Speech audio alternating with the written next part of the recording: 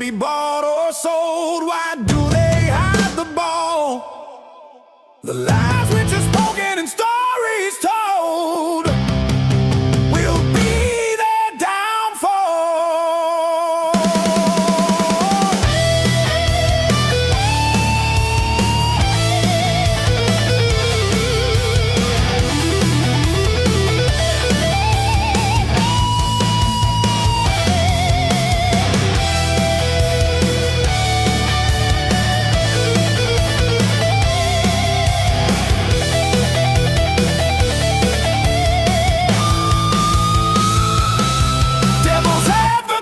On the road, traveling for truth, a journey unknown. From ocean sides to the center lines, we'll find the answers never shown.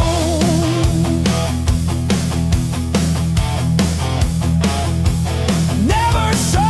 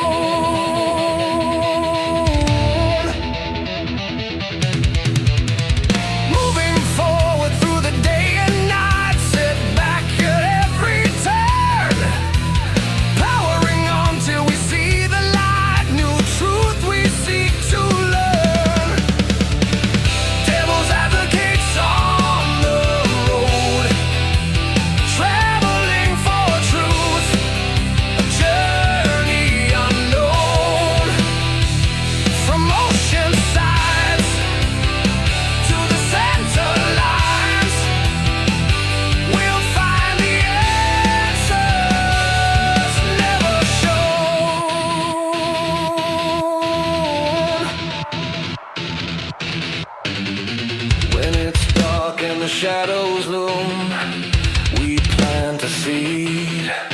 The sun comes up and the flowers bloom. Truth shall be freed.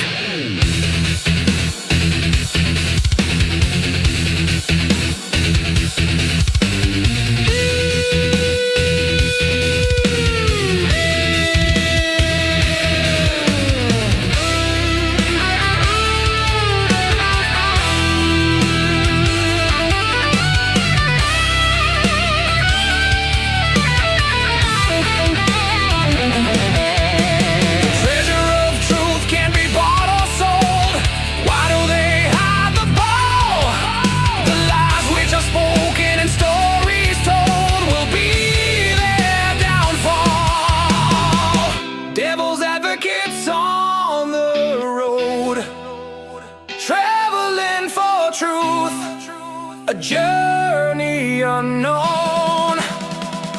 From ocean sides to the center lines, we'll find the answers never shown.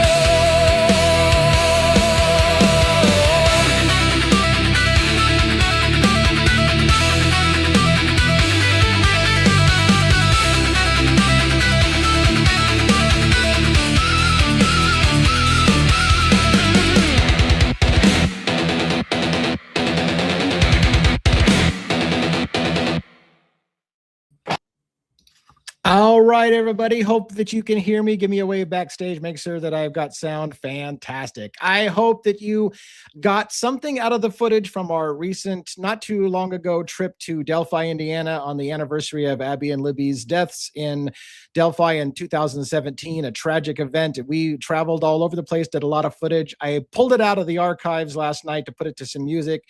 Cat Farm provided the couple of songs there, which I think were pretty badass. I love those songs. So I wanted to share the footage with you as a surprise. I don't even let people know really ahead of time that that's coming. Hope you enjoyed it. Didn't do our normal sizzle reel, but everything else from this point forward should be pretty standard devil's advocate tonight. So I'm going to bring my panel on stage. They are a full house tonight, so I will bring them in the order they are backstage. Dago, you're up first. How you doing tonight?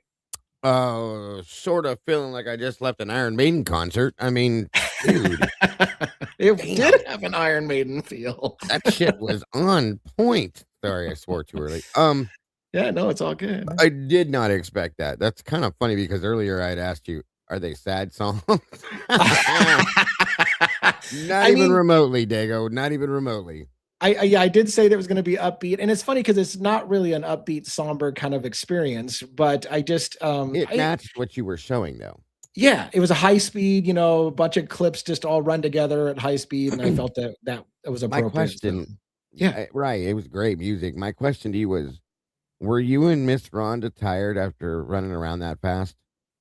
yeah, you'd be amazed how hard it is to keep that speed up all the time. Yeah, absolutely. I would wonder. Yeah, great stuff. We did do a lot of walking. So yeah, I hope that there's that somebody got something out of it they haven't seen, because a lot of that footage is kind of areas that they don't photograph a lot, even in the documentaries. They don't really photograph. So I think we got some different look, and if anybody wants to ask questions about it, they could. Although we're not going to probably replay it again, but it was pretty cool. I thought it was pretty cool. Wow, Cat Farm. Amazing job on the music, great video, Lee, and all I can say is, whoa. Yeah, thank you. All right, well, let's get Logan up then and say hi to Logan. Logan, how you doing this evening? You're muted. Are you muted? Excellent. How are you? Good. Yeah. Good to see you as always. How was did you do anything special today? Any lives or anything like that?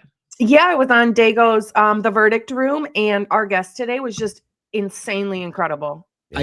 I did hear that. I got to catch that. Sounds like you got some great moments, huh? Yeah, amazing. It was really good. Very informative. It sounds like he has an opinion on the case, but he was really good at kind of not letting that show. Mm-hmm. And just trying to be educational, and it was really good.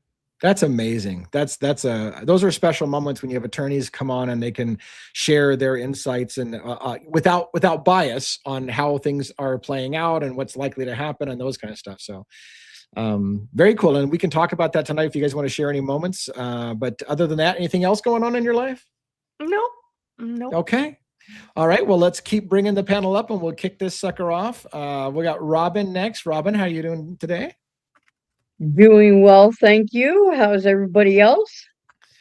Living the dream. Excellent. Always. Yeah. Good to have Dago back with us. We missed you last night, sir. Thank you. Missed you Definitely guys as well. Not the same without you, dear. Thank you. I appreciate that very much. I feel good inside. My heart is beeping. Your heart is beeping? That's what my child used to tell me when he was feeling happy. My heart's beeping, Dad. Okay. Aww, that's hilarious. So that's cute. It stuck with me. All right. Well, anything special that you want to report, Robin, before we bring up JJ next? No, just stuff around the house. You know how it is when the weekend comes and you need to get some stuff done, and that always feels good to accomplish some stuff. So, what is that? What is Alabama? Roll Tide. Oh, okay. Well, all right. Well, let's bring up JJ, then, State of the Deep. How you doing tonight? What's up, everybody? How you guys doing? Hello. Good Hi, evening. JJ. What's up, denizens, meatballs, believers, mods? Hope everybody's doing well. I didn't have any excitement today. Feeling a little shitty today, so I'm just was at home getting stuff done and just chilling mostly. I'm always doing stuff at home, practice guitar for a while and did a few things, but No big excitement. Yeah, well, hey, sometimes that's a good thing to not have Yeah. anything horrible to talk about. Yeah. So Yeah, yeah, it's so- good to see you, and hopefully you're raring to go. I know it sounded like you're kind of getting a little under the weather like me. The other day, I just got drained. At the end of the day, I was just drained. Damn near passed out on camera. I was just like, I was done. Hope you feel better. Both Yeah. of you guys. Yeah. I just noticed that it's all good. the later you come onto the show, the smaller you get. Because every time I add somebody, like everybody has to shrink up a little bit to make room for another person on camera. So like that would be your normal punishment, except for one always has to come on. Actually, I don't think anybody changed size on this one. It just changed the layout. But anyways, Oh, no, where the hell's you're one? shrinking. He shrunk. Oh, there he is. Okay. He can completely He disappear. disappeared. What's going on? That's his vampire powers. It's Saturday night. Yes, it is. What do you got for us Spicy. today? What was your day like today? Did you have anything special going on? Supermarket shopping, That sounds Costco exciting. shopping, jujitsu, Oh, jujitsu. Well, there you go. Sample day. letting my son beat me up. Oh, it's great. Fun Yeah. times. Fun times. Yeah. So, what do you got for a monologue today? I can't wait to hear what you got going, and we'll kick this sucker off and see how it goes on a Saturday night. Kick it. Kick it. All right. That's a Beastie Boys thing. It is, because Yeah. you got to fight for your right to party. Might want to go get a drink, get a coffee. Might take a few minutes. So Hold on, I'm gonna get my pillow. I'll be You back sc- in a minute. when you say something's going to take a while, you scare me. 100%. all right, only 38 minutes. Okay. Okay, good. Yeah, monologue in 38 minutes. I'm timing you. At the top of the hour. Is it good to be alive in the den Oh, I need to on a put you on full Saturday screen. night? Always. It is. All right, Juliana, Jackson, and my beautiful wife. Love you guys always. There are some cases that don't just stay in the news. They stay in the walls. They stay in the woods. They stay in the air long after the cameras leave, long after the headlines fade, long after the town tries to pretend it can sleep. Delphi is one of those cases because on February 13th, 2017, two girls walked out into an ordinary afternoon and stepped straight into a nightmare that still hasn't let go. Abigail Williams, Liberty German, two children, two friends, two voices that should still be here. And one of the cruelest parts of this story is that Libby, somehow in those final moments, had the presence of mind to record him, a shadow on the bridge, a figure moving closer, a stranger crossing into their last known moments, not a full face, not a full story, just fragments, a body moving through distance, a voice cutting through the cold, guys down the hill. And that was enough to haunt an entire country. For years, that voice belonged to fear, replayed again and again by a nation waiting for answers. And then, after years of speculation, frustration, rumors, sketches, and silence, police arrested Richard Allen, a local man, a man who looked ordinary, the kind of man people pass in a grocery store without thinking twice. But here is where the case stops being simple.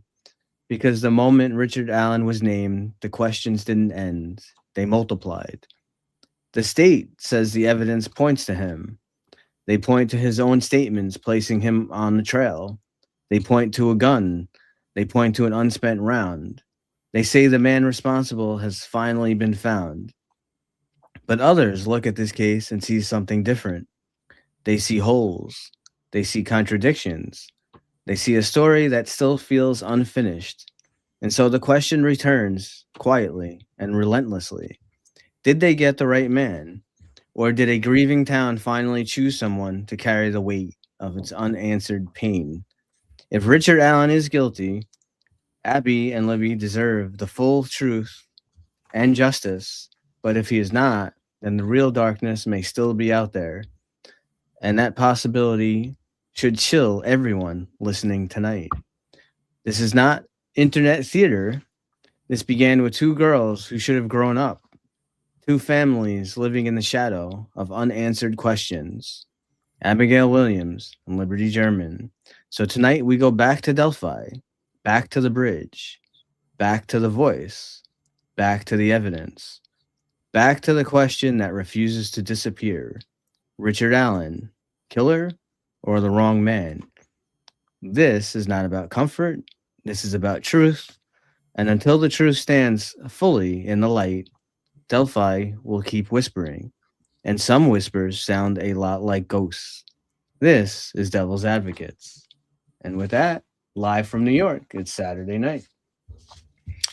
All right. Well, hey, let's kick it off with a little bit of Delphi discussion, if you don't mind. I know Dago was big into the Delphi case for a long time, and I wanted to kind of reiterate some of the rumors, and I wanted to ask you questions because in my video footage at the beginning of this, I showed Ron Logan's property off to the right-hand side at the very end of the thing. We drove right by it. It was right by a cemetery, and that cemetery was where a lot of staging happened, and they walked down from that cemetery to the north side bank of Deer Creek and found the bodies. Now, it's funny because I had a lot of discussion with people about where the girls went after they went off the bridge, whether they went to the right or to the left, and where I believe that they if they did go to the right, they still crossed under the bridge and went to the left, because it's to the left and across the creek that would put us over on Ron Logan's property, and it was his property.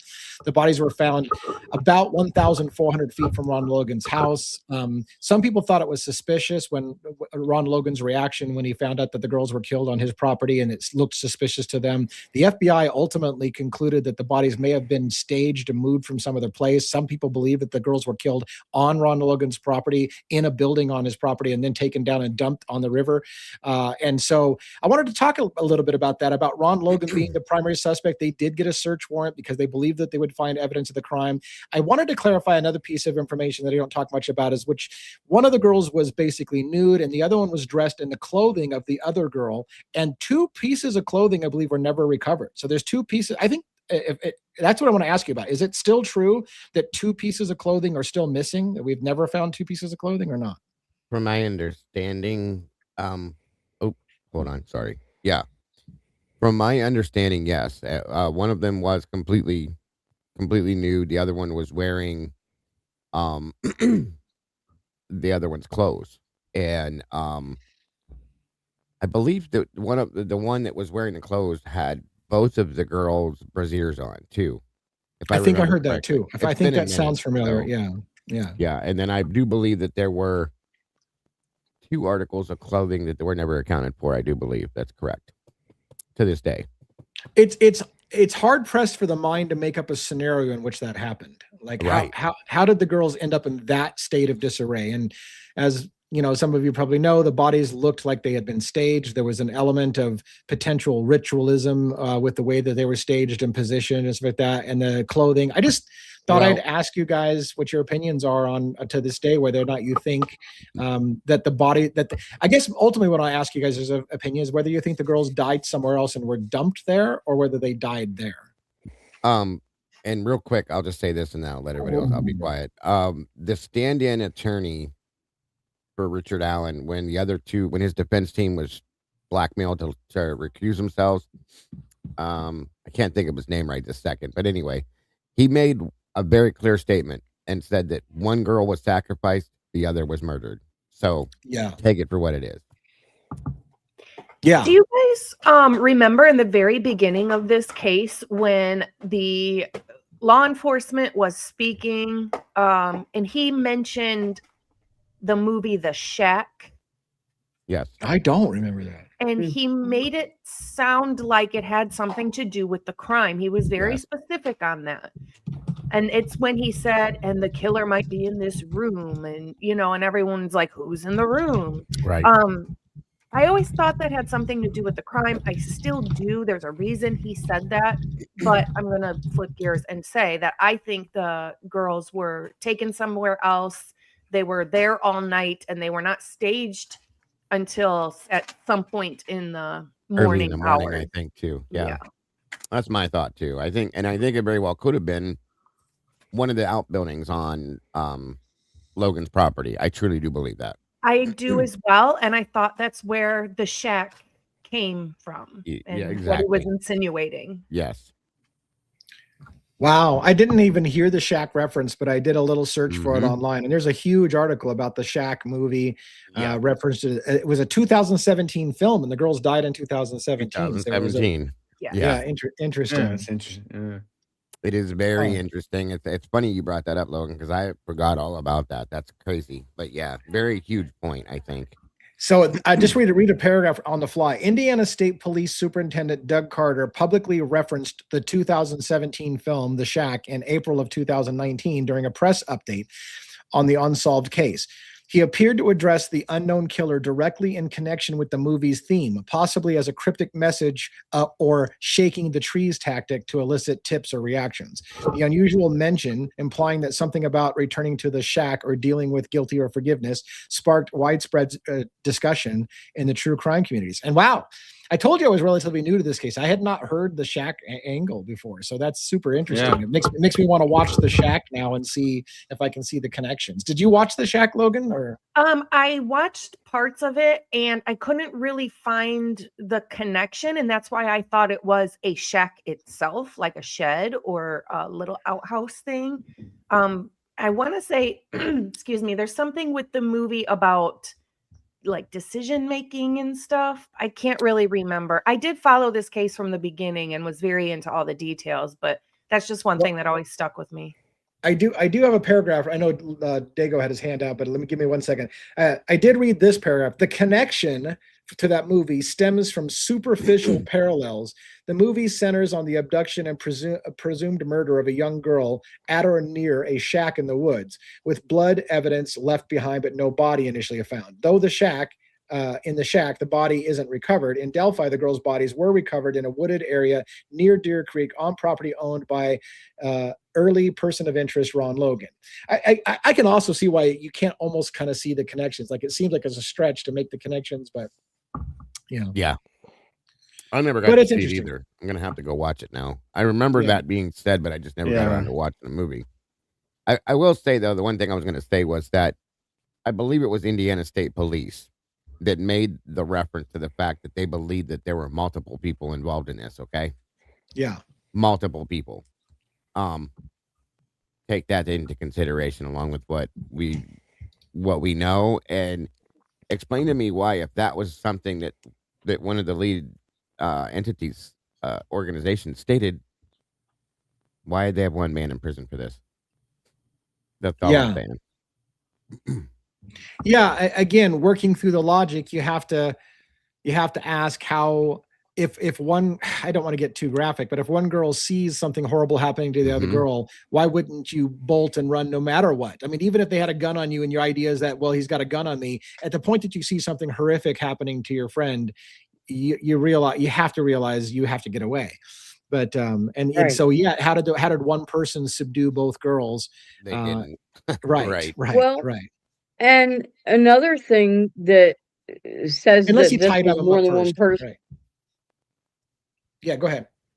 Oh, okay. Sorry, I wasn't trying to interrupt you. I was just another thing that shows that this was more than one person is because it's going to take more than one person to undress someone and then dress them up again and you Carry them because too, it's right? like dead weight. So Yeah. so it's different than dressing a live, I hate to say it this way, but a live person. It's harder to do such a thing. So that says that it, and it would have to be somebody that's fairly strong. So it would definitely take more than one person to do that. And I don't have it on hand, but somebody did a TikTok video, kind of was a portrait oriented video footage where somebody walked and video recorded themselves walking from the cemetery where there was a big staging area down to where the bodies were found. And while they were doing that, I was imagining if you were carrying somebody's body, even if it was a child, Mhm. how physically would it be demanding Yeah. enough for them to be struggle with it, or could they get the kids down there? And it wasn't that far, really. I mean, I don't know. It was Yeah, just something but that was that going on. yeah, but the dead weight. The only thing I would say, I mean, I think is there's more than one person involved. However, with Mhm. actually like doing whatever sacrifice and saying like, well, why didn't the other girl just run away if there was no one holding them? Remember, there's possibly a firearm involved in this. Right. So it's easy to say. It's easy to look to Monday night quarterback and say, oh, Right. I'd run away. Most Right. people will, even if you're like, oh, I'm going to be killed next. When that gun is pointed at you, there's a lot of people that won't do shit. They'll freeze. They won't do a damn thing. Yeah, sure. It's just it's hard. It's easy to like to say, oh well, you might as well just try and run anyway. But it's in that moment, it's not that easy. No, Right. and Logan, just so you guys know, had multiple ATV vehicles on that he owned. Just so everybody knows, like side by Yeah. side. Oh, meaning Four-wheeler. you wouldn't have to have carried the body down. You could have put the Right. body on an ATV and just Exactly. drove it down there. Yeah. Now, Exactly. Dago, I got a quick question. So, with this info about the shack, or I guess he had he had I saw someone put in the chat that there's like a shed near the water or something, or on Yeah. this guy's property. Yeah. Was any of that checked? Do you know offhand, or? Of course, they stated that they did, but I mean, I know where the bodies were found, but I was just curious. right. like- It was stated that it did. They did look at it, looked into it when they were on the property. Yeah. But you know how these cases go. Right. Yeah. That doesn't Oh, mean I they know. did, I know they didn't even. Right. It took them like a month to actually like take the sticks and stuff. No, it was From it was like it was a week. They A week, removed but the bodies, still, and right. they just tossed all that to the side. Now, But they didn't even leave it as a crime scene, right? no, That is they just insane. That they is left crazy. everything and pushed everything to the side, took the bodies and left, and then came back like days later, and then they started to collect these different, like, what the hell? Because people were saying because it didn't pertain to the scene. Yeah. Come on. I mean, what crime scene class did they take? Everything pertains to the scene. The Idaho Everything. Yeah. They went to the Idaho If they class. had a stuffed animal of Mickey Mouse sitting there, it would be pertained. Everything in that that's crime scene. there is part of the Everything. scene. That's Yep, correct. yep. Yes. I don't care if it's a rock Exactly. or a dog turd. If there was a dog Right. turd next to it, you take it. Period. Mhm. Sorry, guys. Sure. That Well, shit you is guys- important. Agreed. Do you guys have any other thoughts on any of that, or you want to talk about some other case that's caught your attention lately? We're kind of open season, and again, I want to invite people to join us on camera if you want to send the link out, Robin. But I just wanted to say, because I haven't followed the Delphi case as much as you guys have. Yeah. And what limited information I have, I know that there were suspicions or speculations that Odinism may have been involved. And as I've learned more over the years, I had never really studied occultism and things like that much. But if you dig into the history of quote unquote secret societies in America, you find out that they go back to the roots of this country's founding, to say nothing of where they originated in Europe and different parts of the world. And as I've learned a little bit about this stuff, you see that this stuff is way more common than people would imagine, because the media doesn't really delve into it. They had that, that period of time where they were talking about Satanism and occult and things like that, but not in the sense of foundational things. And if you really look at the widespread nature of like secret societies, which if you trace them back they all trace back to mysticism, all these secret societies, and almost all of them. And so you look at, there's rumors like that. You're in a small town, and 2 kids die in a horrific way, but there seems to be things that point to staging and things like that, occult staging, which makes me think of what we talked about last night, the first season of True Detective, right? That was an occultism. Oh, yeah. Was heavily involved in that. Definitely. And if anybody hasn't, I'm assuming most people that watch true crime have seen True Detective. Phenomenal show. But my point is, I think what happens is in society, people dismiss things when they're things they don't understand. They say, that's not possible. There's no way that could have been involved, and so on. But the more you learn about these things, the more you realize that they're more widespread than people believe. And in a small town, if there was a presence, let's say, of Odinism, I mean, people could be protecting people, right? So Logan was a guy who owned a significant piece of property, right? He seemed to be well known. I don't know what his background is. If I had to guess, I'd say he maybe came from a family that had deep roots in the area and had money. And people that are a part of these groups protect each other. Again, I'm just sort of looking at it more from the bigger picture. I don't know what your guys' thoughts are about that.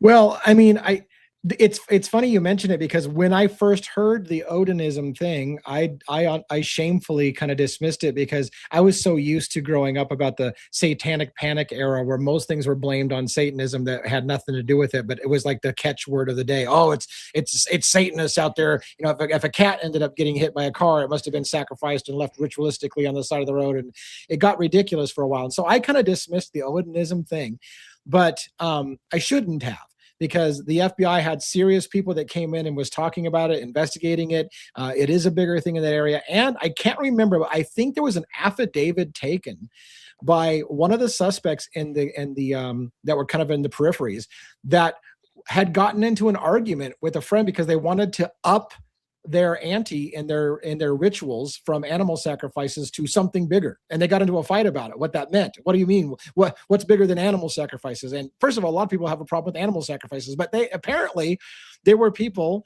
doing animal sacrifices as part of their ritual, and then they wanted to kind of move it up the ante a little bit, and there was a fight about it, and it was documented, and one doesn't have to be a rocket scientist to know what's the step up from an animal sacrifice. So I don't know, it's a bigger deal than people think. I think that first I want to say thank you to Krug Dog Studio for the $5 super chat. Thank you, we appreciate you. I also want to say, along those lines of it being ritualistic, is the fact that Abby, her blood went upward, not down like you would think from gravity. It was going from her neck and then up and above. So to me, that says she was in an upside down position somewhere, somehow, which to me says ritualistic as well. Bingo. And I want to, good call. Yeah, absolutely. And I want to reiterate, because I looked up because I like having receipts, right, about the whole animal sacrifices and upping the ante kind of thing. Here's where it is. Patrick Westfall was a resident who had admitted to the officers that he had sacrificed a chicken as part of his practices. That was on the record. Then it came out that Amber Holder, the wife of another one of the Odinists, Brad Holder, and if you know the story, you know Brad Holder and a whole bunch of stuff about that story, that it was on the record that Brad Holder said that him and Westfall had gotten into a fight, escalating over the fact that they wanted to from animal sacrifices to human sacrifices. So it is on the record, just like I thought. Like I knew I could have I was sure I remembered it correctly, and I did. It was on the record. That they literally were talking about upping their ante from animal sacrifices to human sacrifices. Absolutely. And if I could real quick, since you said his name, I want to reiterate something, guys. I've claimed many times, I've done multiple shows on it. There's another case that happened in Indiana, very close, called it's the Flora 4 case. Patrick Westfall, again, when that happened, lived 8 houses down in Florida from that house, folks. Who did?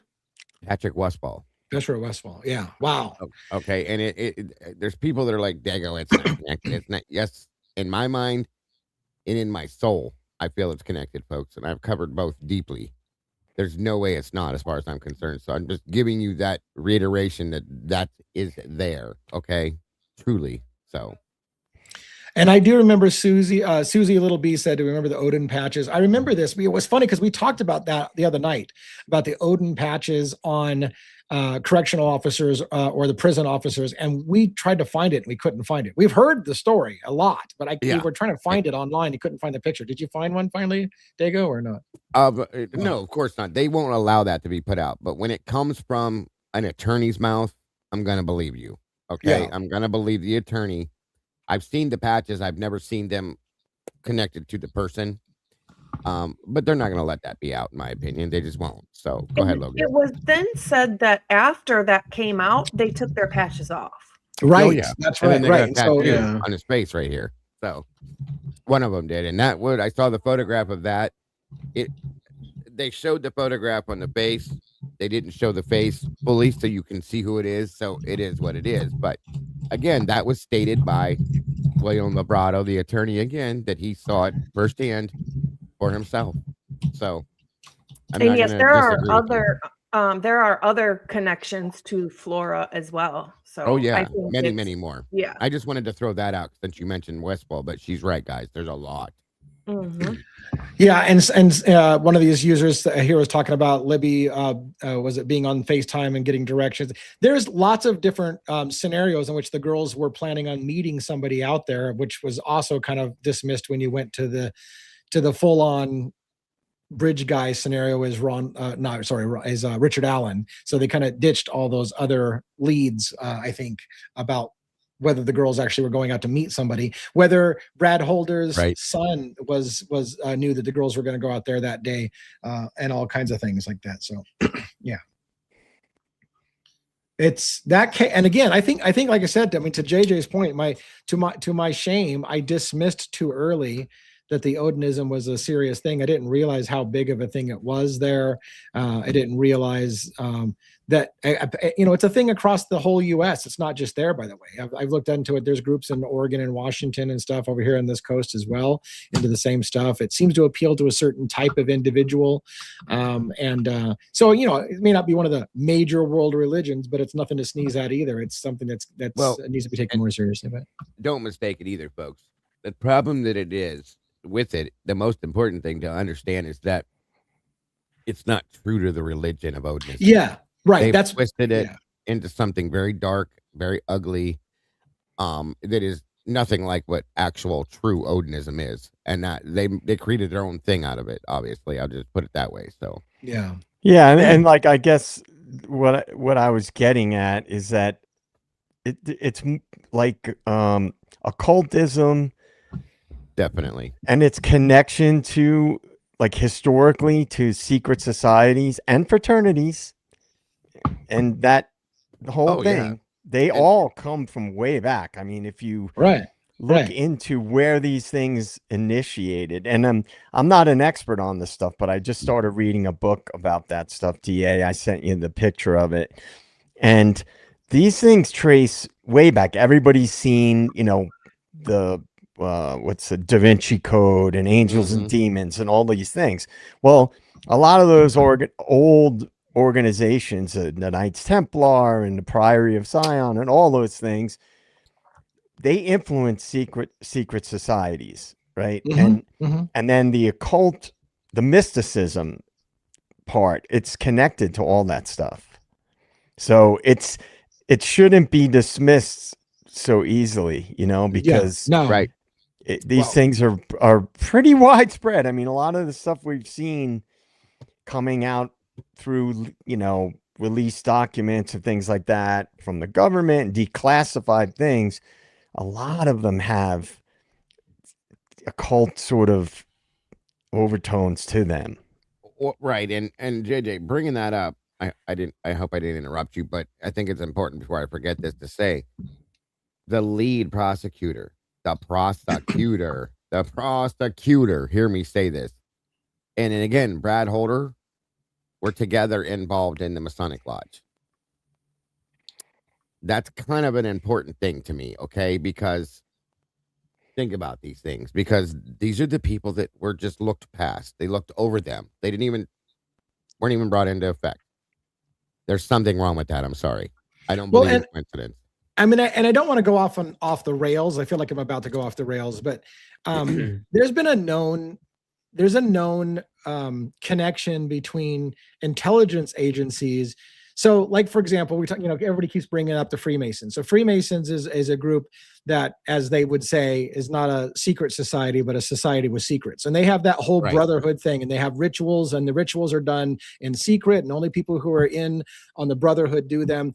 And those kind of groups, intelligence agencies tend to like people who have been in those groups, because those groups learn how to keep secrets. They take oaths to each other, and some pretty dark oaths to each other, right? Yes. Right. Yes. And right. And so the idea is that if people are willing to keep those kind of secrets in a brotherhood like that, then you can trust them with any secret. And so there's and look, when you make people go through, I'm not saying the Masons do this, but what I'm saying, like, when you make people go through weird rituals and maybe do something that they would be ashamed of other people knowing that you did, it creates silence for them, right? Because you essentially get blackmail on people in the brotherhood. If you can bring them in and have them do something that violates their own conscience, and they're like, I don't want anybody to know I did that. Well, then don't give up our secrets, and nobody will know you did that. Right. So it becomes a way to keep control within the group by having them do things that they would not want out in the public, and that's how they keep their groups so tight knit and secret. Allegedly. So, yeah. And ritual, right, is a part of that stuff. It's very ritualistic, even if it doesn't fit the occult ritual, definition per se. But like the Freemasons, the Illuminati, you trace them far enough back, they are connected in certain ways, because they try to, co-opt other secret societies. And some of the origins of banking and monetary exchange go back to the Knights Templar. Look at our money now, JJ. The things that are printed on our money, guys.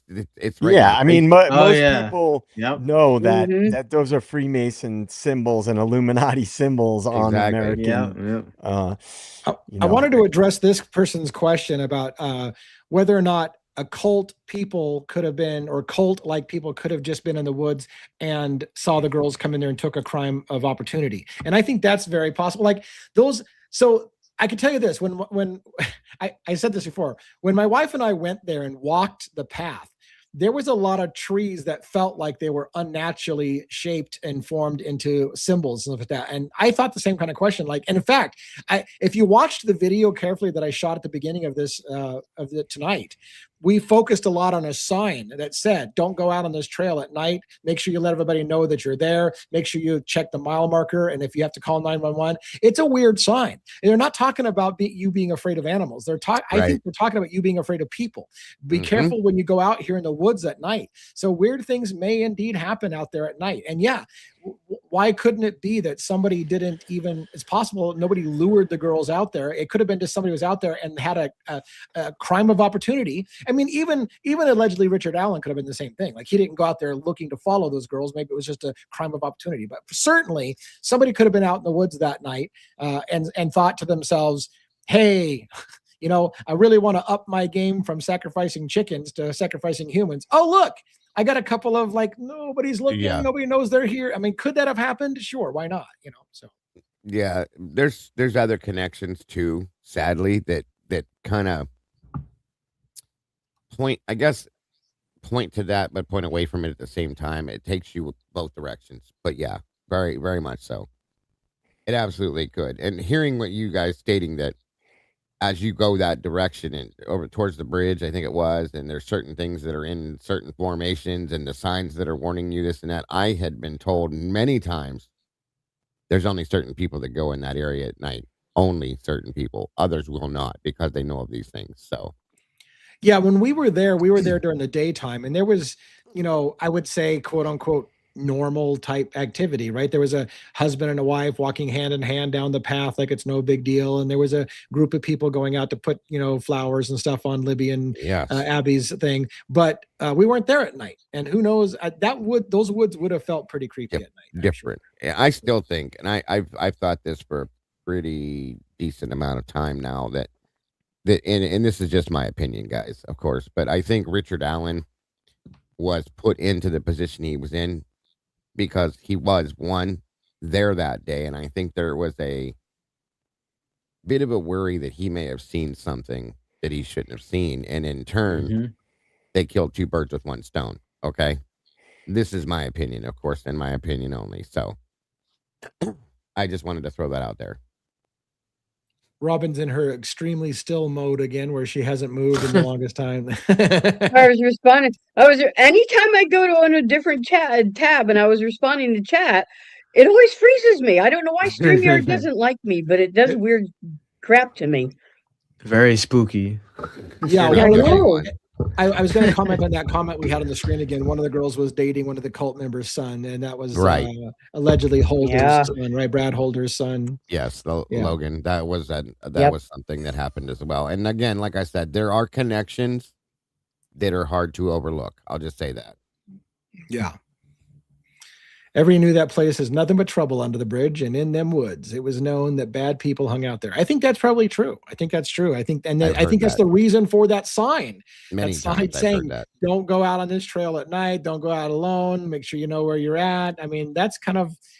It makes me wonder, though. In order to put that kind of sign, that must mean that there's documented murders or bad things, right? Shouldn't there be public records you can go after to say how many bad things, how many crimes have happened on this trail?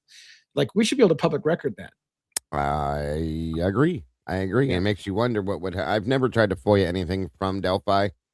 I'm curious to see how that would work, especially with the way that Gaul was with everything. I'm putting it on my to-do list. I'm putting it on my to-do list.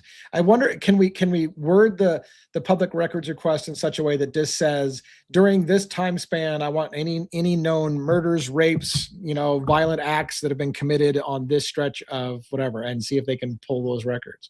That's probably a good idea. And one thing you guys can't forget was there was a FBI agent, a member of an FBI task force, that was shot and killed and murdered in front of his office by he was investigating the Odinism side to this. So keep that in mind as well, folks. Crazy. Probably just a coincidence, though, I'm sure. Yeah, there's a huge coincidence, I'm sure. After they threw a firebomb through this window and he went out to investigate why, then they shot him dead. Sorry. That's a coincidence too. I'm sure. Yeah, that's what they would have you believe. 100%. Just think, if Richard Allen wouldn't have done the right thing and reached out because he was there that day and wanted to help, then the case would still be unsolved in a cold case. Isn't that the craziest part about this? He literally came forward early. He wasn't a suspect for 5 straight years. People posted his picture. Yeah. The picture of Bridge Guy all over, including right where he worked. And no one said, "Hey, you look like that guy on the bridge that day." No one for 5 years. They had it on the wall in the bar he hung out on, and nobody said a word, folks. I mean, come on. Allegedly at the CVS where he worked, right there. Right. I mean, nobody said, "Wow, you look a lot like that guy. Where were you that day?" Like, nobody did that until all of a sudden it's now foregone. Oh yeah, he's always been the bridge guy. Like, really? Oh yeah. 5 years you missed it, and now all of a sudden it's self-evident. Yeah. The question is, would they have framed up somebody if they didn't have him? It makes you wonder. Or would it have just stayed cold forever? And I'm telling you, I feel like after talking to him, they were worried that he may have saw something that he shouldn't have seen and that he was going to say something, maybe, possibly. So they threw him into this mix instead. And Tomboy's right, by the way. I just saw that. I forgot about that, too. That the officer that gave the Odinists the polygraph test was killed in a suspicious fire as well. What? Say it again? Another coincidence. The officer that gave the polygraph test to the Odinists in the case was killed in a fire as well. Did they pass their polygraph? That I don't know. I don't think they ever gave the results. Oh, that's convenient. Again, these are all huge coincidences, folks. Right. Oh my gosh. Nothing but coincidence. Drives me nuts. You said did you look into this a lot, Logan? Because I know you said somewhat, but like, what are your thoughts on this? I've never really asked you that. I did look into it a lot, but then after the trial, I pretty much like stepped away from it a little bit. So since then, I don't really know what else has come out. But yeah, while everything was going on, while they were looking for him, then after they got him, all that stuff, I was pretty into it. I just realized I had never talked to you about this before, but I've talked to them with it. So yeah. And I will say, I've said this before. Now I better come true, and I'm pretty sure it will. You know, the custody queens who have gotten a YouTube channel going, and they're doing true crime, and they were big on Idaho 4. Their coworker Ron, who's an appellate guy, is an appellate attorney.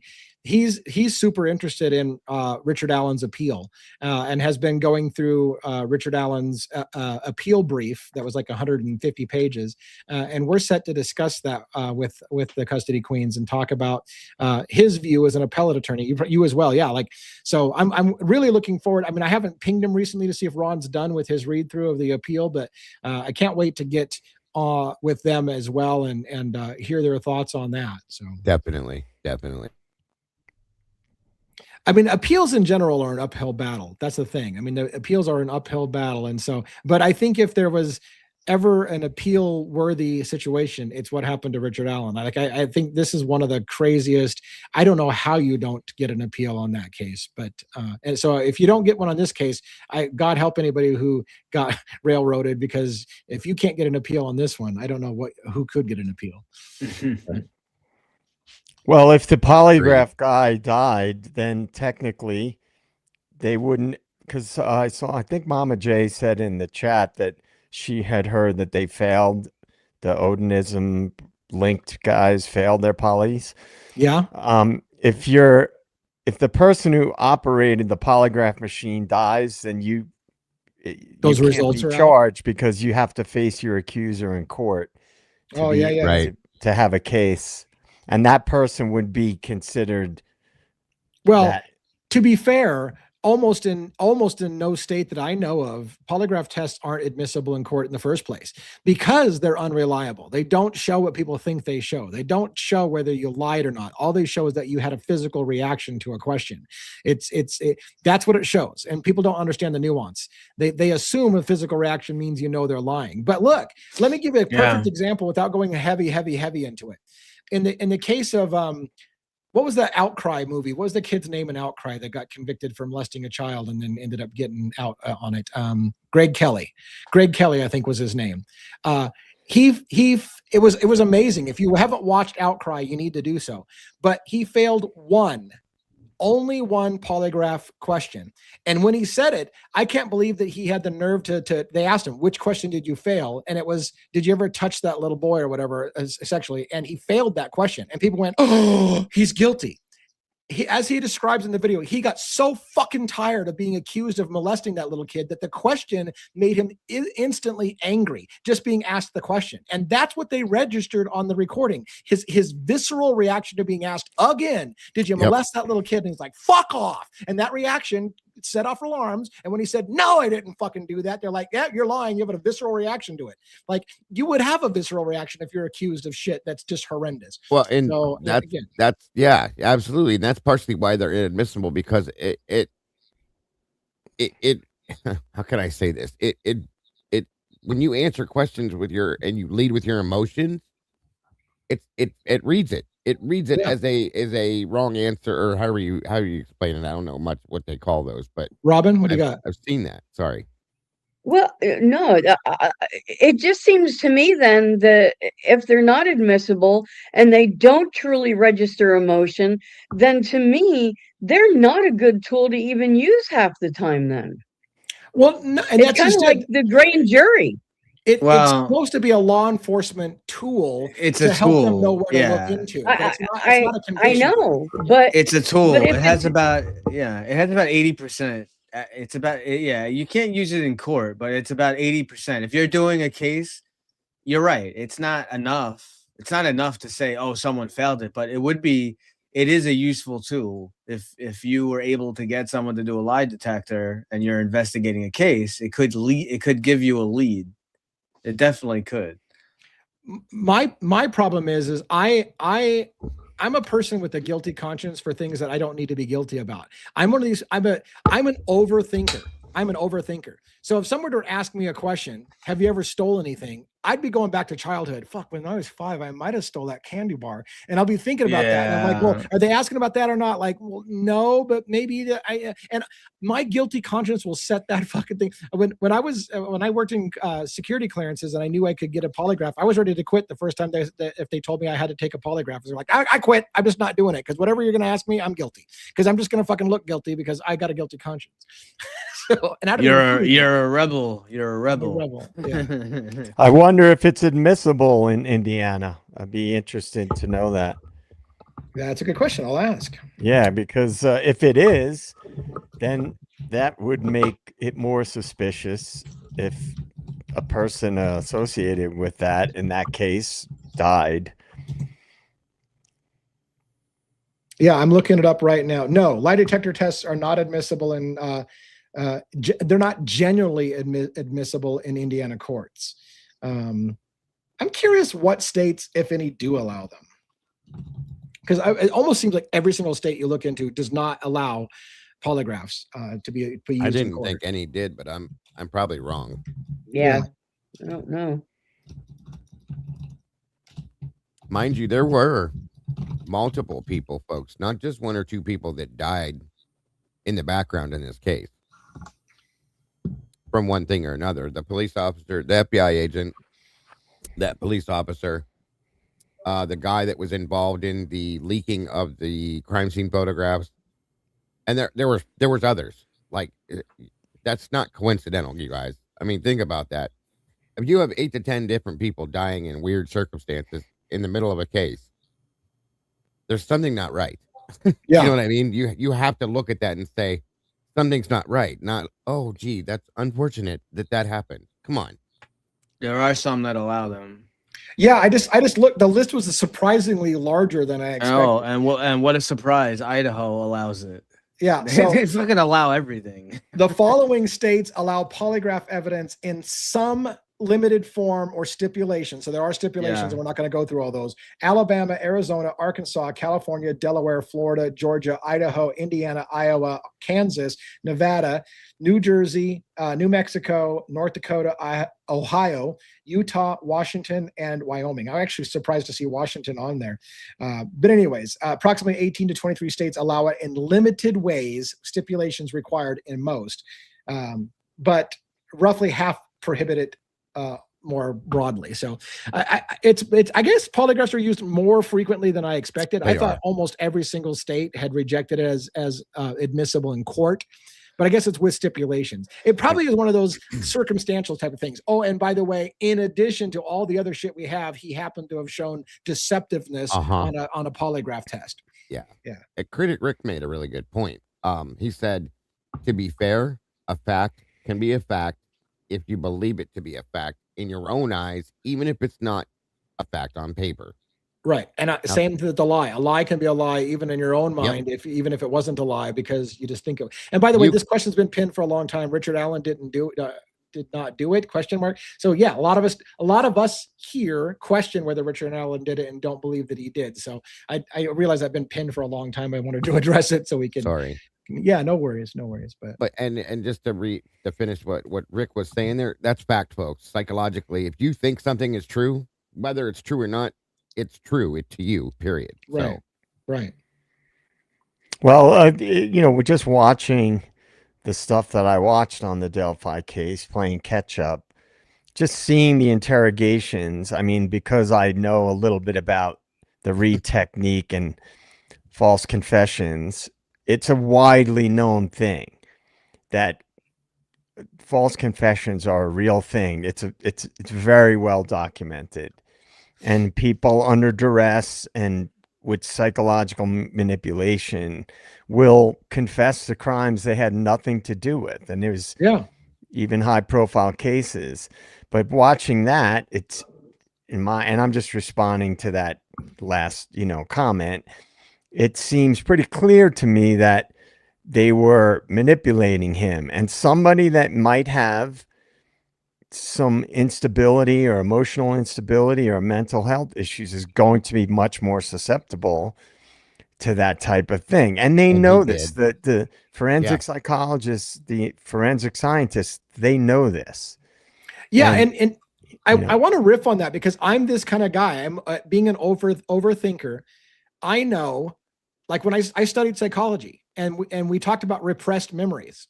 And one of the things I always got into trouble is a repressed memory by definition means you can't remember it happening. You've repressed that memory. So somebody who's clever at interrogation can say, are you sure it didn't happen? Is it possible that you've just repressed that memory? And I would have to say, well, if it's a repressed memory, then yeah, I guess it could have happened and I wouldn't remember it. So it's possible. Oh, so it is possible you did kill those 5 people and maybe you just repressed the memory. So I could get myself in trouble because I'll be like, yeah, if it was repressed, I wouldn't remember it. And then all I have to do is say, is it possible you repressed it? Well, I guess it would be possible because again, I wouldn't know it, would I? If I repressed the memory, I wouldn't know. So I guess it's possible that I did it and I repressed the memory. Good enough. He admitted he did it. well, there's one of the famous cases that I remember studying in college was, you guys might remember more about it. It was a daycare thing where kids, Yes. the psychologists that the kids were seeing were, that whole idea of implanting false memories, right? Oh, Where the these little kids were, rascals. That's the Little Rascals school. what's that? I think it's called Little Rascals. Yeah, and it was something like like that. people The that daycare are center's name was Little Rascals. Yeah. Yeah. impressionable. That is a thing that has been studied, false memories, and certainly somebody with under duress and long interrogation who may have some weaknesses to begin with. It's just like it's hypnotism, brainwashing, so on and so forth. And these kids were saying these things that the psychologists were steering them towards. So, and that whole case was a big deal. And that type of thing, it's a real thing. Our minds are very malleable, and that's what hypnosis is. That's what brainwashing is. That's the whole premise behind it. And certainly somebody on psych meds, certainly somebody with some mental health issues is going to be more susceptible to it. Yeah. Yeah.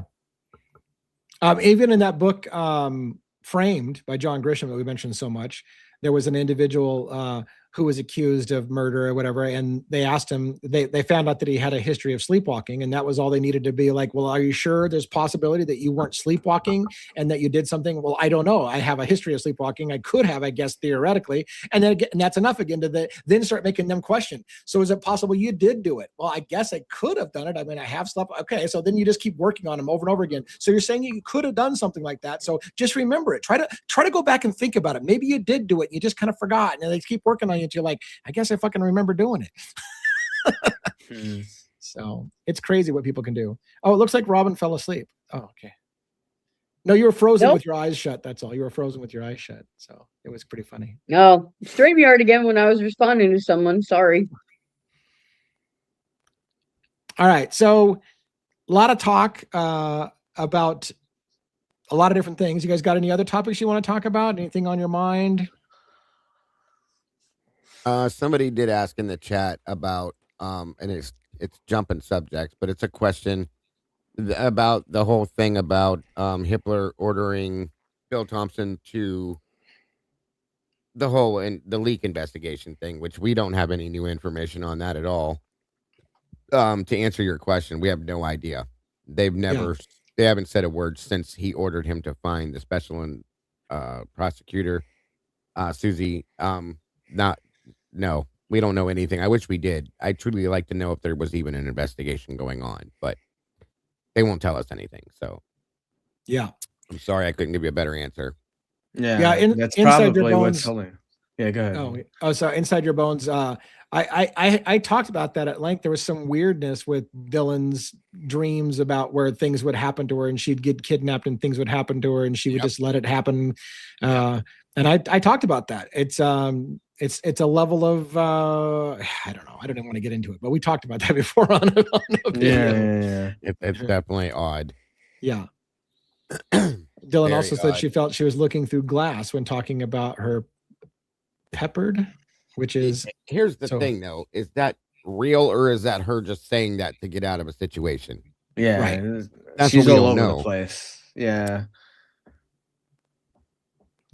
Yeah, that's the thing that bothers me. I mean, it just the Dylan situation bothers me so much because everybody knows that there's problems with it, and yet we're still supposed to be shamed into questioning the shit testimony. She seems to know very specific detail as long as it's before 2 a.m. Until she can give you specific details the very Right. next morning, but then when she's doing interviews, she keeps, as we've been saying regularly, she answers the question every way you can. Yes, no, well, I don't remember. It might be, or though it could just be something my brain created so that I don't forget it. What the fuck are you talking about? One answer is an answer. That's it. By the way, I've been doing this book read. Crazy. I've been doing this book read on chaos, right? The Manson murders kind of thing. And another thing that came up that was very similar, in my opinion, to Idaho 4's case, and that is that during the trial, somebody leaked to somebody in the press before trial. They leaked to the press that Manson had a hit list of celebrities, and that leaked thing to the press pissed off the judge, and he demanded the law. He said, "I know this came from one of the lawyers. I want to know who did it." It got to the point that a grand jury indicted the lead prosecutor, Bugliosi himself, who was prosecuting the case, as one of the people who leaked it to the press. And ultimately, they covered it up on a technicality because it would jeopardize the entire case that he'd done that. And I think back to Idaho 4, when Dateline NBC came up with something, and Hitler lost his mind and said, somebody in on the defense working with law enforcement leaked something to the press, and I want to know who. Did they do an investigation just like in the Manson case, and ultimately just decided to cover it up because it would jeopardize their whole entire case against Kohberger? Because that's what happened in the Manson case. They literally, somebody leaked something to the press and it would jeopardize the conviction of Manson and the family, so they just decided to kind of let that shit go. Did that happen in Idaho 4 too? Well, how far are you in the book, DA? Like chapter 4. I think I'm starting chapter 4. I've read 3 chapters. Yeah, I mean, I won't say anything about it, but like as you get further into the book, you'll start to see a much bigger picture, even more than what we already know, that, MK Ultra stuff. Yeah. It raises questions that are even more insidious about the whole thing. Wow. And I'm sure you'll connect the dots. Wow. Yeah, it's crazy. It's crazy. I'm glad you suggested the book, by the way, and I appreciate that. And for those who don't know, I'm doing it only as members only content because very, very few people like to listen to me talk about a chapter of a book over and over again. So it's just not for everybody's cup of tea. And since it would hurt the channel so much to have a bunch of videos that nobody watches, I don't do it public, but it is really, really cheap to get a membership. Hell, I'll even give out some memberships tonight, so you can check out that book series if you want. That book is well worth it if people want to learn big picture type things. And in this case, it's directly related to one of the biggest crimes in most infamous crimes in American history. That one is a banger of a book, man. So if you guys want to become members, that book is well worth following. Damn it. I'm gonna have to buy another. It's a great series. All right, I'm giving out some memberships right now. I'll give out about 5 of them. I'll randomly roll them. Instead of doing 5 at a time, I'll roll them 1 at a time. Looks like Rebby Ann got a membership, so congratulations. Maybe you'll be interested in checking out the book series. I'll roll a couple more here, or actually like 5 of them. I'll give them out. What else do we want to talk about tonight? Whatever you want. That was kind of creepy. All right. Any Foya other? and Find Out got a gift membership. I remember that name, or I've seen Foya and Find Out around, so that's very, very Awesome. cool.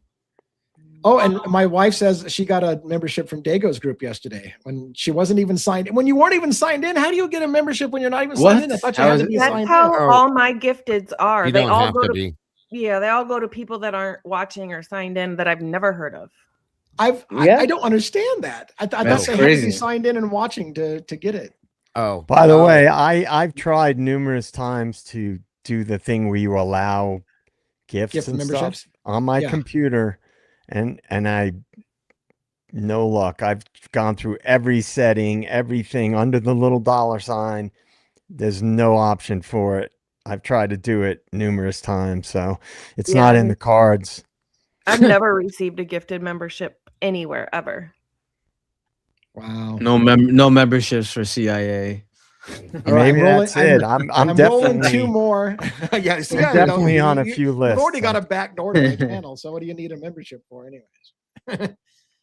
All right, Donna K, top Carib 8480. I got one more membership I'm going to give out, and that way, so I'm going in the hole. I'm going negative. I'm giving out so many memberships that I'm making no money. Because I got to pay for these. These are not freebies to me. Whoa. Whoa. Whoa. All right. And So it's can funny we 'cause I go can off never the get rails it. tonight? Yeah, since it's let's go off the Saturday rails a little night. bit. Yeah, do it. You know how I love that. I'm not going to instigate it this time. I'll let somebody else instigate it. It depends on which rails we're going off of. Yeah. Oh, you just want you want somebody else to go off the rails. Yeah. Because I tend to do it just naturally. So I would like to see somebody else go off the rails. That could be dangerous. So All right. So what do we think? What do you think about what kind of cookies we Erica gonna Kirk? bake? Erica Kirk now, JJ. Yeah, well, you guys know I've still been following that case. So Yeah. the people that I follow, Candace Owens, Baron Coleman, Valhalla VFT, he's a ex-Green Beret that had a lot to do with bringing up a lot of the stuff about the ballistics and things like that, and a few others. And what is emerging is that, and I'm just going to say it's in a speculative way because that's all that Candace has done thus far. There seems to be a lot of connections between Erica Kirk and trafficking. Yeah. And yeah, I mean, like significant. And now if you look at the pushing her into the spotlight, it's pretty clear they're trying to push her into the political arena. And then when you see the background, her background, a lot of things that don't add up about her history, jobs she got that she wasn't qualified for. These are all standard types of things intelligence agencies do. And one of the things and the theories that I've had for a while now is that whether Charlie knew it or not, I don't know, that Turning Point was a front organization. I think that's so not too. a big stretch. When you look at Charlie had just started looking into the finances of Turning Point. And right after that, we all know what happened. Do you think that's motive, Joe? Well, I mean, in this case, it seems like there would be several motives because number one, he spoke to Trump about being against going to war with Iran. He spoke out about the Epstein files publicly, pretty high profile, as you guys know. And he spoke out about the Gaza situation pretty explicitly. Yeah. In fact, they say that he was like kind of the voice that was like kind of holding Trump back with certain decisions. That's what they knew that Charlie had an extremely wide reach with younger people.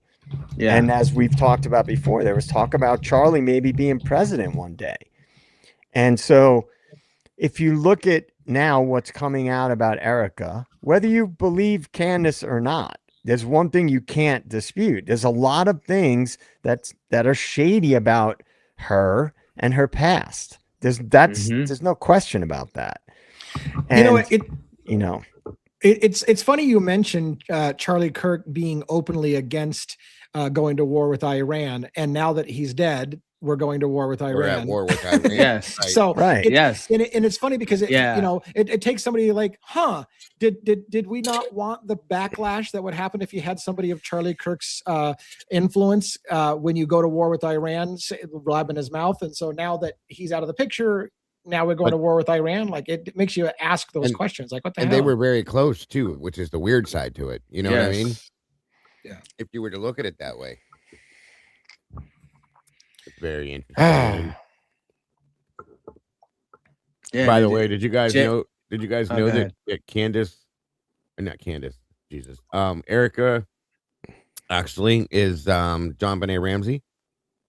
Yeah, that's a funny one. Well, I thought Katy Perry was John Benet Ramsey.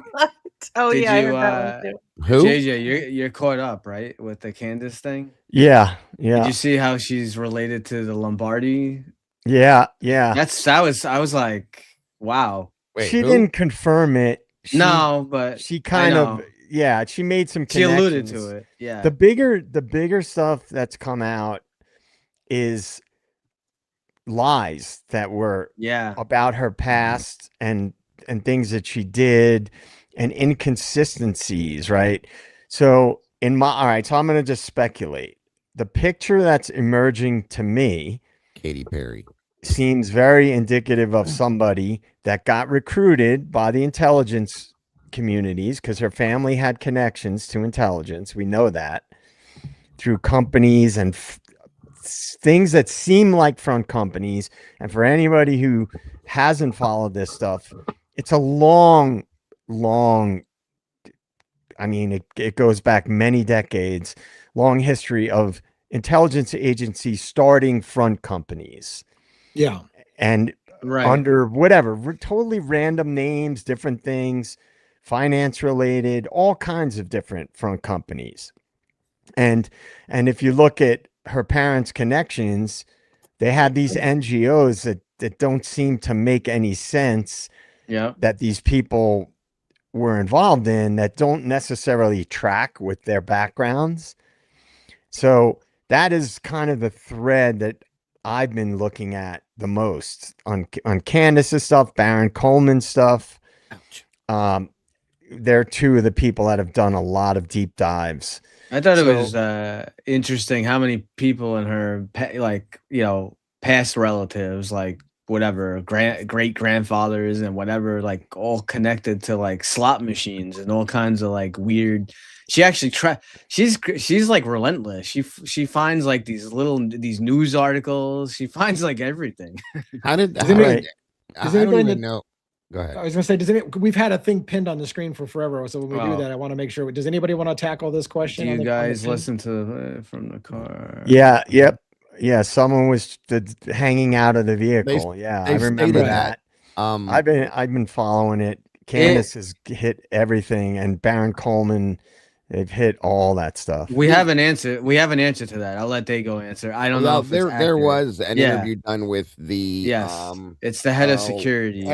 For Charlie that was saying that when they went into the back of the vehicle, he didn't even get all the way in the car and said go, and that they were both hanging out of the back of the vehicle, and he was trying to work on trying to get out his med kit, doing this, doing that, so on and so forth. The door was open. They were hanging out, and he said that clearly when he said that in his interview. So they weren't. He said that there wasn't a fight, but this is what he claimed. I mean, if you want to, but the thing that's interesting about that is, Valhalla VFT, Nate from Valhalla VFT was he had medic experience in the Green Berets, and he said they were not doing the things on site that you're supposed to do. They didn't. And they rushed him out of there rather than doing the treatment you would need to do immediately. Yes. And then get an ambulance there. Why wasn't there an ambulance on scene? Yeah. Right. They brought him to an SUV and then took off. And then we all know about the inconsistencies with the autopsy and this, that, and the other. So the thing that bothered me. Go What's ahead, that, sorry. Dago? I was just gonna say when I watched that happen, because I unfortunately got to watch the whole thing as it Yeah, happened. you would know. And when nobody, okay, nobody ran to him to try to stop the bleeding immediately, as they should have. Somebody should have ran to him and packed that and held that, and nobody did that right away. They grabbed him and ran, and the friction from running, okay, that's just like a water fountain, folks. It's literally nobody was packing anything or holding anything. There was a completely different way they could have done that, and they didn't do it. Like nobody. These guys are supposed to have medical experience, medical background, medical training. None of them used it, and I don't understand how or why. Okay, somebody should have immediately ran to him and packed that with a shirt or a towel or something and held it if they were going to try to save him. They grabbed him and ran. And you have to understand something. As you're moving the body, the blood is pumping as long as the heart's moving, okay? So it's like turning on the water. Okay. You know how if you turn on the faucet and the thing breaks up and the water squirts out and you can't control it? That's exactly what it's doing. Nobody tried to stop that as they were moving. So yeah, in that interview that had a security guy, he said that it was like a total of 16 seconds from when they yeah, right, and which is like crazy. Yeah, Paramount Tactical said they packed it. They packed it when he was inside the vehicle. That's when they packed it, and he said he was packing it again and again and again and again. Why didn't you do that before you grabbed him? Well, and according to Baron Coleman, who, if you don't know, he's an attorney and he's been reporting on this case from day one pretty extensively. The guy from Paramount Tactical is a government contractor. Of course. So if there are things involved that are shady, he's had some strange behavior. I've watched him too around this case. Go ahead, Robin. Yeah. Well, Dago, shouldn't they have like stabilized him before they even started moving him? Like you're saying, packed it and then wrapped something around it, even if it's taking off your belt, something to try to put that kind of pressure before you would even pick him up. Right? Here's the problem. That goes yes and no. Okay. Well, you can't put a tourniquet on somebody or anything like that. No, but I mean something to secure it, right? They should have tried to stabilize him. There should have been. Here's my other question. Where was the medic crew that was supposed to be on duty there? Right. Where the hell were they at? They should have been standing right there. There should have been an ambulance right there. In any kind of a situation like this, there's always one there. Always. To play devil's advocates, did they think they were still under fire, and therefore their first response was to get out of the line of fire? That's probably why they wanted to get out. Yeah, I was going to say that next. Okay, like they should have first off and foremost taken him down to the ground and protected him. Okay, and at the same time as doing that, grabbed a t-shirt, a towel, a blanket, and shoved that on his throat and packed it and held it. Okay. You analyzed, or not analyzed, but you analyze the situation. You work on that situation to stabilize him. Meanwhile, you're looking for where the hell's the ambulance? Where's the medic crew? Blah, blah, blah, whatever. And if you don't have it there, then you move the car to the person and then you go. You have to travel the least distance possible to get them to a vehicle. Whether the car comes to you or you go to the vehicle, whichever's closest. Okay. Yeah. And then you go. Scoop and run. That's what we call it. If you're in an emergency situation, scoop and run. But you have to do at least some form of stabilization. They did nothing. They grabbed him and ran, and he bled. But here's the problem, guys. They grabbed him and ran, and he was bleeding all over. Where the hell is the blood? Right. I went back and watched that like many times, and I just don't see it unless it's out of camera view. Now, mind you, let's not forget one big thing. As soon as that happened, you guys remember, if you watched it, the guy that ran up and grabbed the camera behind Charlie and took off? Yeah. Why did you do that? Why did somebody think to do that before anything else? That was a really weird moment. Yes. Yeah. He took the SD card out of the camera. Yes. That was like immediately. That's what he did. Now, that would be one. You tell me. Wouldn't that be tampering with a crime scene? Yeah, Tampering with absolutely. evidence. But what? It should be, unless that was What the evidence? directive. They put stone and cement down. Yeah. I mean, It's look,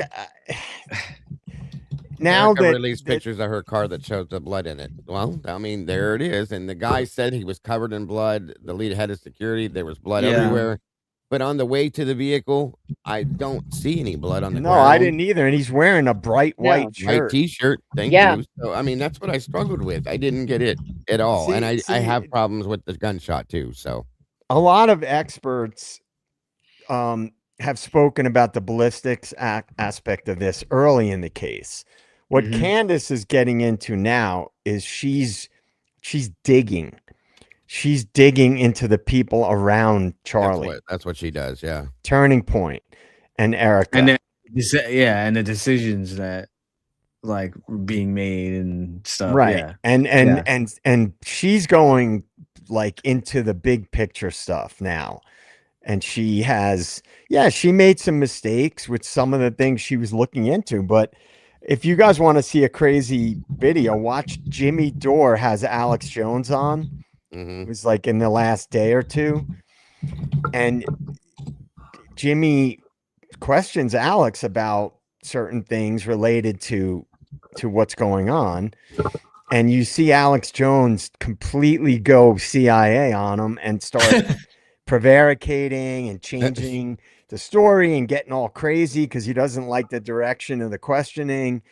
To me, that's a sign. Okay, that's a misdirection. If somebody is speaking the truth, they don't need to misdirect.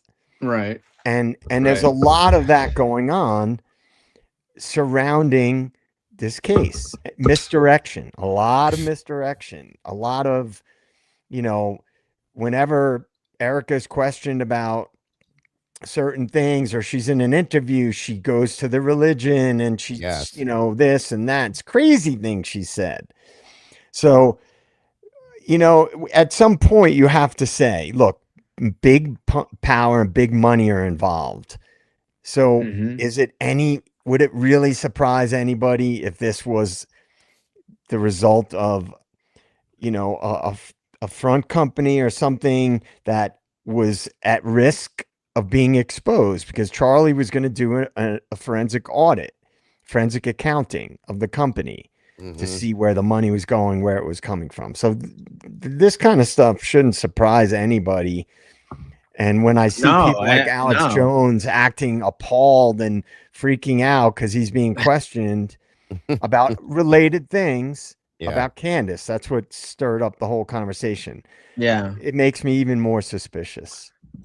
By the way, Candace Owens was the one, not Erica Kirk, who released photos of the bloody vehicle. Just to clarify that. And I knew what she meant. Yeah. And I have an image of it. It's not terribly graphic. It was on published in OK Magazine, so you can tell it's not terribly graphic. And it's funny because I can't think of his name, but the head of security said there was blood saturating that vehicle. So we're gonna see that.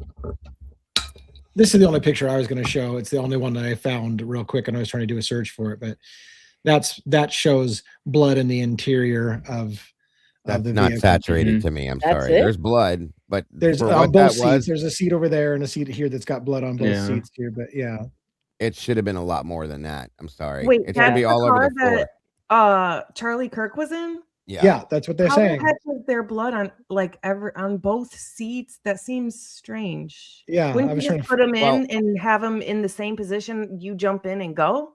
The way that it was explained was that he was thrown across the back seats there. Obviously, I thought it was a bench seat, but I guess it's he was leaning across. He was laying across. That's what was described. And the door was open. Their legs were still hanging out the side of the vehicle as it was going down the road. So here's my problem. You heard me say a few minutes ago, this is like a water spigot, right? Yeah. Why is there no blood on the floor and up on the Thank you. On the back of the seats or anywhere else, you guys? Because I've seen this. We've had to pressure wash the inside of an ambulance because of the blood, something just like that. Okay, not the shock, but not a gunshot, but it was the same type of a bleed. Okay, that's not anywhere Yeah. near enough. As far That's as I'm not a concerned. lot of blood at all. This No. was No. No. smudges Well, again, rather than dripping. to play devil's advocates, because that's what I do. If he was dead before he got in the car, his heart's not pumping blood anymore. Is this just Well- blood that was on people and not a gushing kind of scenario? Well, like I the mean, graphic? security guy, he said he was alive in the that whole car. time, all the way there, Yeah, that he it was said he was alive. conceivably. He said it was spurting the whole time, and that Right. there was so much blood. He was covered. The vehicle was covered, and I don't see anything. I see that where it was, some of it. He but says even when they again, got to the hospital, he was still alive. he was still bleeding. Yeah. So yeah, Wow. no. And why again? Where was the preparation for any of this? Like, this is a public event.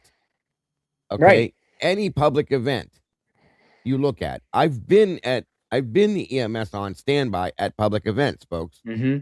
Where was it? And why would you put somebody in a vehicle that has 2 jump seats in the back to try to work on them like that, where you have no way to do that? Okay, none of this makes any sense to me. I'm sorry. They didn't, No. in my opinion, they didn't want other people to be there's- up close with Charlie after the event.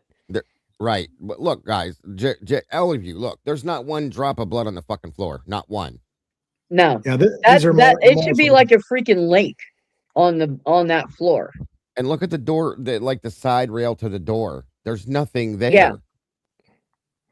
I'm calling bullshit on this one. I mean, and look at everything that's happened as a result, right? They used Charlie's death to raise money. They used his death Yeah. to divert away from people questioning what happened. And to me, those are all signs of an operation. And that's not a Yeah. big stretch of a And- statement or right. anything, but I've been saying it from day one. There's some obviously bigger things at play. It happens all the time. This is not a controversial statement.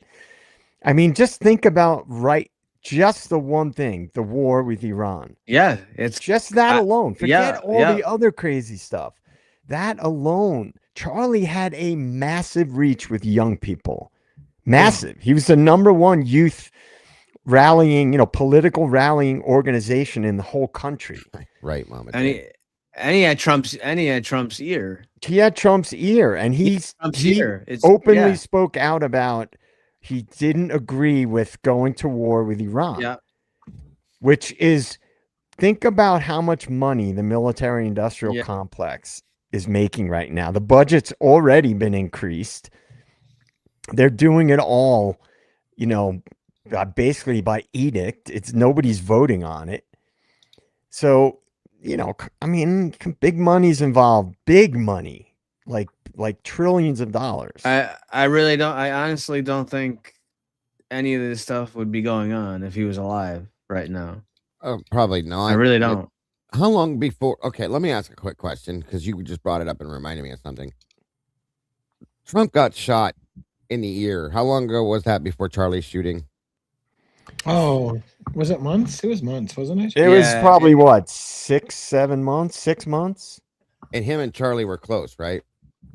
Well, supposedly. According to the situation, Charlie obviously saw Trump got shot, blah, blah, blah, all this stuff. Okay. Once again, this is a public appearance. You know that these things can happen. Where was the medical response team at?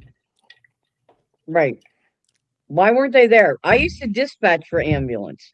And I know a lot of the public events, from the university to the fairgrounds for the concerts and anything like that around town. Anybody famous that was coming to the town, politicians or whatever, there was always ambulance crews on standby right at the event. Like not nearby, right at the event. Yeah. Especially a political event. Anything. Right. I don't get it.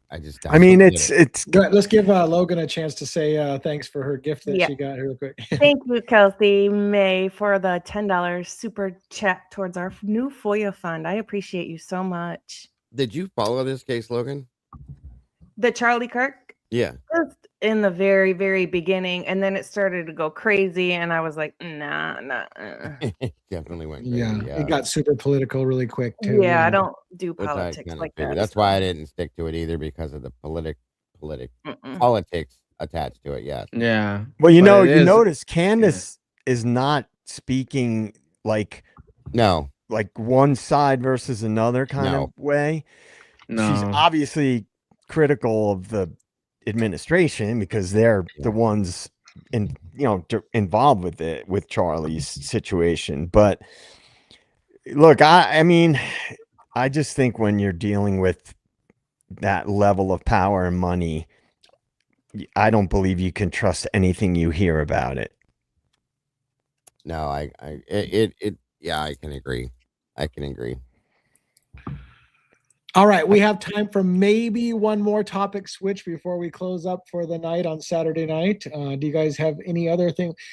I saw my wife even said that there was some kind of Erica Guthrie connection. Do you guys know, or is it an Epstein Guthrie connection? Or like I've heard some Nancy, Erica. Yeah, I Yeah. saw that somewhere too, and I don't. It's probably just Yeah. Well, the Epstein one is interesting with Erica. that I heard too. Yeah. Aunt Candace is opening that can of worms. Yes. And There's a connection with Epstein and everything nowadays, guys. Yeah. I mean, Yeah. everything. Right. But this was specific to a group, like with a group that because those she two was meet? she was working in real Yeah. estate in New York City with on a fiduciary level, which she has no background in that whatsoever. So You guys on Sunday are still covering. Are you guys still covering Princess Diana? Or are you guys? moved yeah, on we to got one more episode. This is it. What's funny about that Tomorrow. was there was a big thing in the paper or online I saw about Yes. Epstein connection to Princess Diana as Yes. well, and I was like, Yes. holy shit! Like, what the hell is Epstein related Yeah. to everything and or are they just Everything. grasping at straws? But As someone's listening to us, it seems every case we Right. cover, something Kurt happened. Cobain is now in the news again, and Yeah. Yep. Do you guys know how Erica and Charlie met? Yeah. They yeah, were introduced by Trump, weren't they? no, No, it wasn't Trump. it was Tyler Boyer, who Mhm. is from also the same or lived in the same area, like the Phoenix area. Mm-hmm. She went Oh. to they think they went to college together at Arizona State in Tempe. No. So that is the direct connection. Hmm. And then she applied for a job with Yeah. Turning Point Mm, through okay. Tyler Boyer, and she was hired and then She came. applied for a job. No, she Right. knew exactly what she was manipulating to see if he would think she was cute. And yeah, Right. that's what Yeah, and man, Candace goes hard. That's the Oh, last yes, thing she I'm gonna does. say.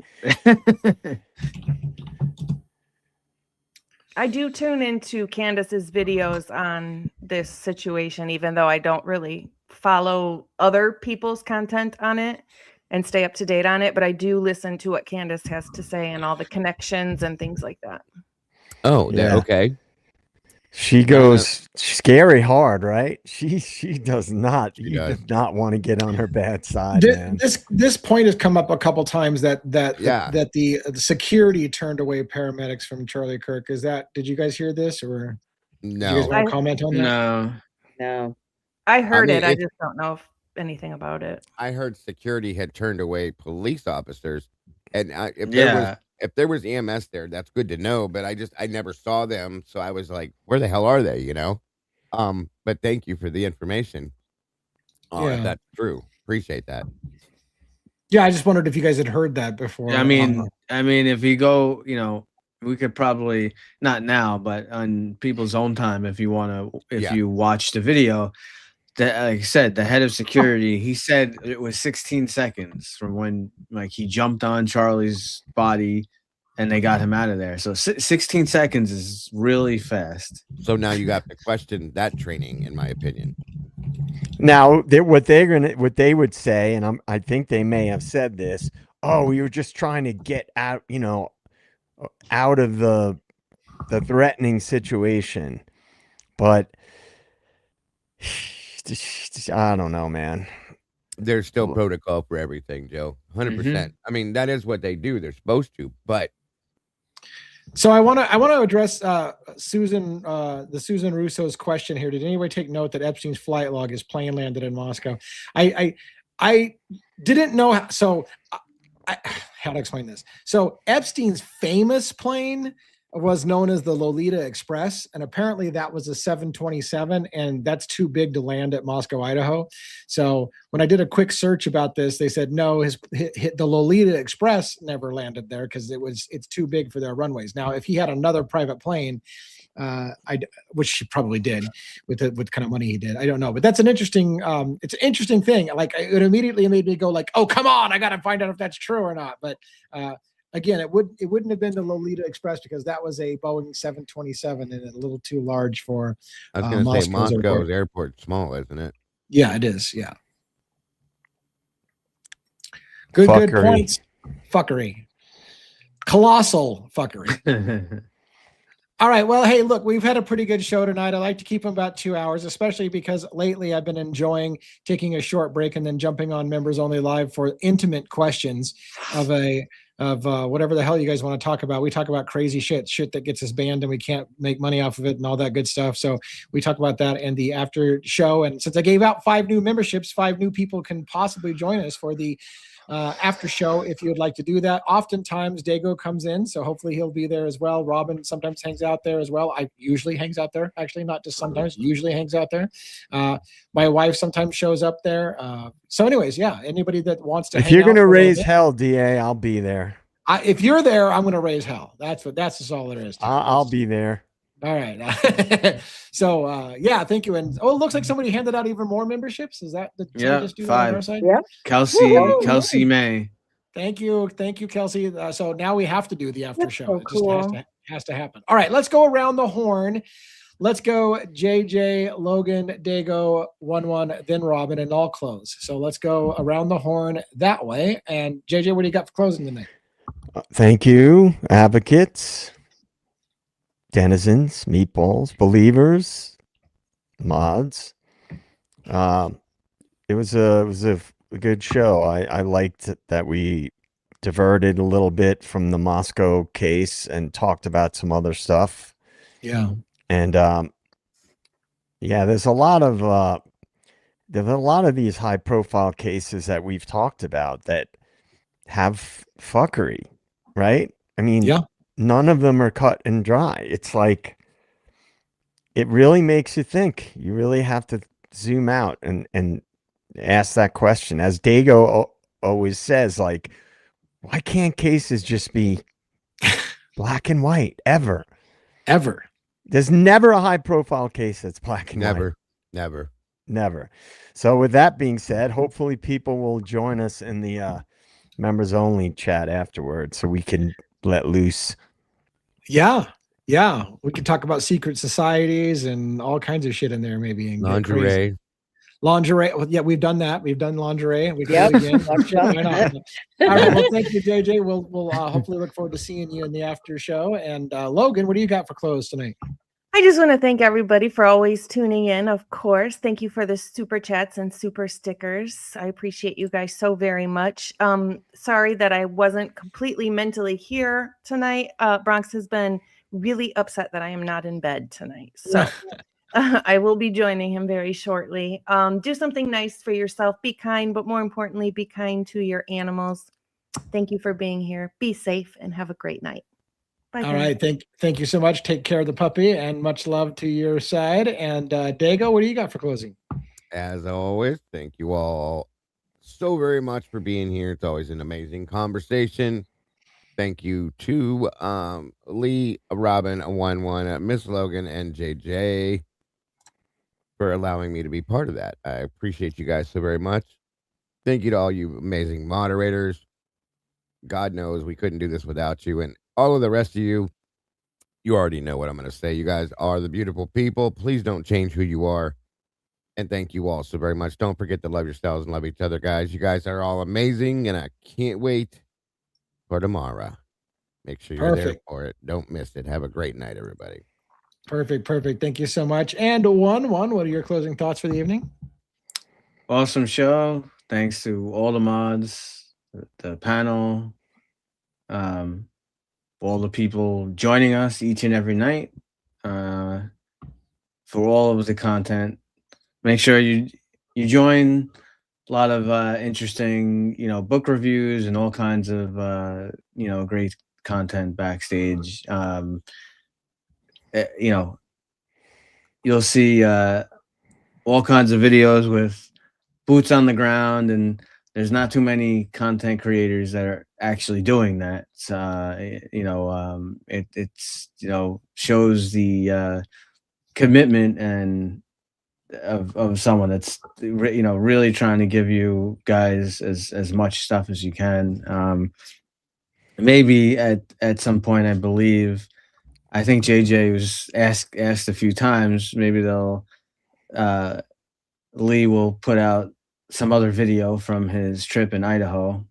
With the stopping at the police station, and some of that stuff was amazing. Amazing content. But great stuff. And tomorrow we will finish up with Princess Diana. We're gonna get into the meat and potatoes, and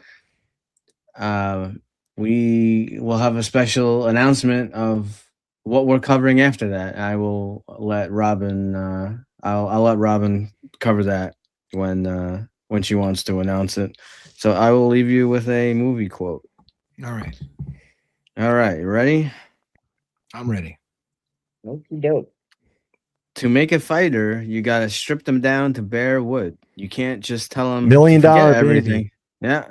Nice. Wow. Comes out of There you the booth. Nice. $1 million baby. That's a Clint Eastwood movie or no? Yep. Did he? Yeah, he produced it. Yeah. The girl produced- won the I Oscar. produced it, right. Hillary Swank won the Hillary Oscar for Swank. that. Yep. Good job. Nice. Good Joe. job. Thanks for the movie trivia. That's amazing. And Robin, what are your closing thoughts for the evening? Well, it was another fascinating conversation as always. We never lack for topics, that's for sure. And we appreciate everyone, coming out, whether you're here live or on the replay crew. I think I did see another person saying that they are normally on the replay crew, but they actually caught it alive. So that's always nice. cool. We've had that a lot recently, which is phenomenal to me. I love it. Which is why I was hopping over into the chat, kind of saying hi to some people I hadn't seen in a while. So yeah, so it was really great. And like Dago said, we're always so appreciative of all the mods from all three channels and all the teams. As far as that goes, there's a lot of people behind the scenes that help out with stuff. So we appreciate you as well. And yes, tomorrow we will be finishing off the Princess of Diana. Princess of Diana. Diana's here. Oh my gosh, series. And yes, tomorrow night we will announce what we're going to be investigating next. So tune in for that, and we're really looking forward to it. This has been really all of the Sunday night cases have been really exciting. Really enjoying those. In addition to our regular cases. So don't miss out on that, folks. So, but have a wonderful evening, everyone, and we will see you a little later on. Yeah. All right. And real quick, as for anybody who actually held on long enough for my close, we are moving to a new time next week at 5 p.m. Pacific Standard Time instead of 6 p.m. Pacific Standard Time for the start of this show. So we're going to try that for a week. I'm going to commit to it for a week. We'll see how we handle and how we fare. I think it's going to make it a lot easier for other people to be here. So hopefully it'll work out for the best. I've talked it over a couple times in other shows. Just one more reminder. So tomorrow night, it's the normal start time, 6 p.m. Pacific Standard Time on Sunday night with the crew that's without me on Sunday night. They do special stuff and play around when I'm not there one night a week, and that's tomorrow. And then come Monday, we'll start the new schedule, 5 p.m.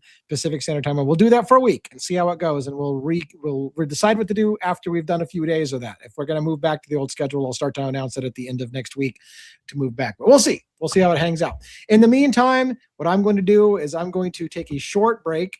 I'm going to schedule a members only live to start like 5 minutes after that. And then I'm going to fire up a members only live. So if you're one of the new people that have got a membership today, I recommend that you come hang out with us. I promised JJ we'd have a little fuckery, perhaps talking about some shit off the rails. So that's the place to do it, in the off the members only. So we're off the record kind of thing. We can get away with a lot more, as if we don't get away with a lot here, because we do. But anyways, so have a great night, everybody. I will see you hopefully on the other side. And yeah, that's it. That's it. Later. Why are you still here? Good night, everybody.